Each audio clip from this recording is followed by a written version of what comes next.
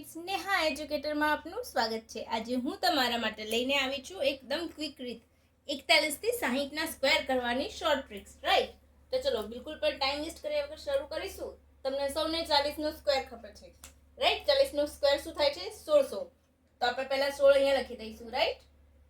હવે 41, તો આપણે 1 છે એટલે 41મી લાઈન 1 થી 9, તો આપણે 9 થી ઊંધા જવાનું। 9 નો સ્ક્વેર શું થાય છે? 81। અહીંયા 17, પછી ઊંધા જાઓ, 8 નો સ્ક્વેર 64, 18। અહીંયા એક એક નંબર પ્લસ કરવાનું આ બધામાં, અને પાછળ ઊંધા જઈને ઊંધાનો સ્ક્વેર કરવાનો, રાઈટ? 77, 49, 19, અહીંયા 7 છે તો 6 6 36, 45 તો 20 25,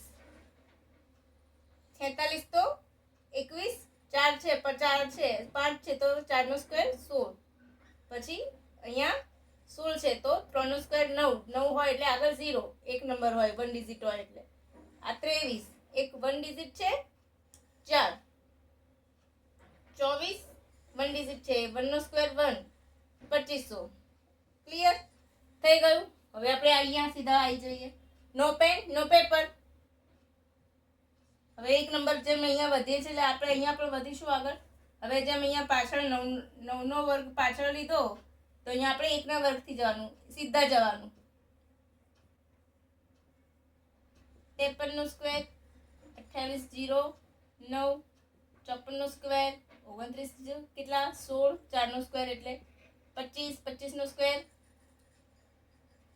સોરી 25 નહીં 55, 55 નો સ્ક્વેર તો 30, 25। આને તમે બે રીતે કરી શકો છો।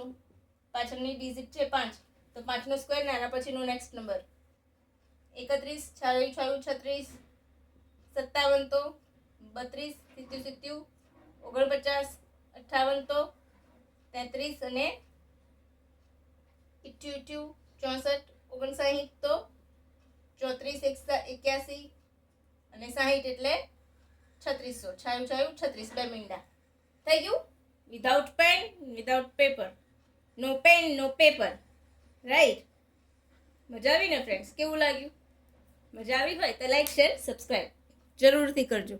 અને હા, એક વખત તમે પ્રેક્ટિસ કરી લેશો એટલે તમારા દિમાગમાં આ 41 થી 60 ના સ્ક્વેર ફિટ થઈ જશે। ઓકે ફ્રેન્ડ્સ, તો thank you for watching my video, by.